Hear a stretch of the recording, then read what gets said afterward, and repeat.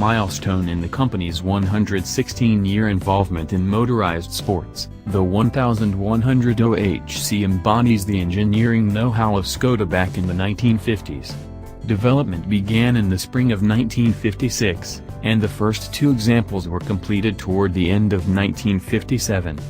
The open-top pair was joined by two fixed-head coupes in 1959 with an aluminum body instead of glass-reinforced plastic, though none of the coupes survive this day.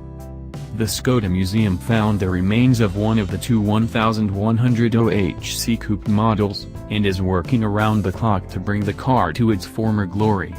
The open-top sports prototype racecars are still with us, with one in the hands of Skoda UK and one exhibited at the Skoda Museum.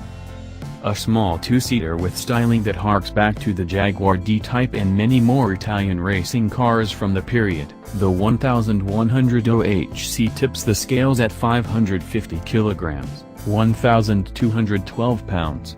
An idea shorter than the Ford GT40, 964 mm or 38 inches, the Czech interloper can top 200 km per hour, 124 miles per hour, on full chat if configured with the high-speed axle ratio.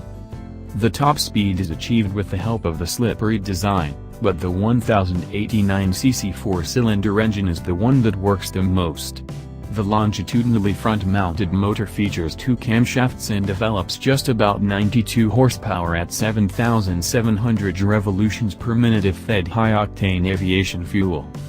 The pendulum rear axle with trailing arms is archaic by today's standards, but don't forget the year the 1100 OHC saw the light of day.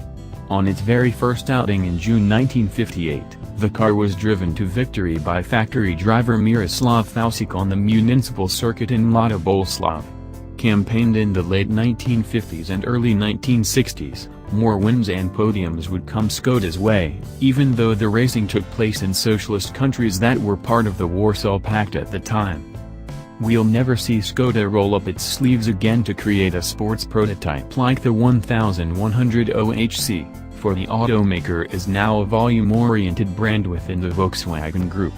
But because of its affiliation with VW, Skoda is more focused on electrification than anything else, with the first production-ready Skoda EV confirmed to launch by 2020.